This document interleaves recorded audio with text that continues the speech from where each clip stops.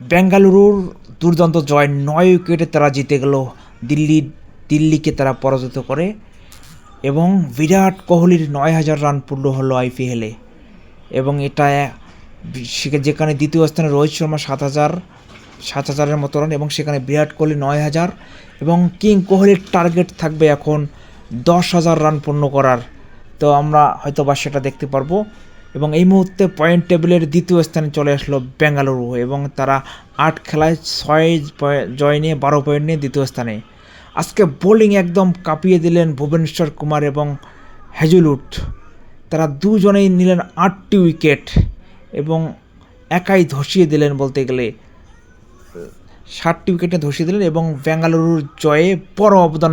বেঙ্গালুরুর এই জয় তাদের চ্যাম্পিয়ন মেন্টালিটি, তারা চ্যাম্পিয়ন দল, আবারও চ্যাম্পিয়ন হতে চায়। তাদের এই পারফরমেন্স দেখে বোঝা যাচ্ছে সত্যিই তারা দুর্দান্ত ক্রিকেট খেলতেছে।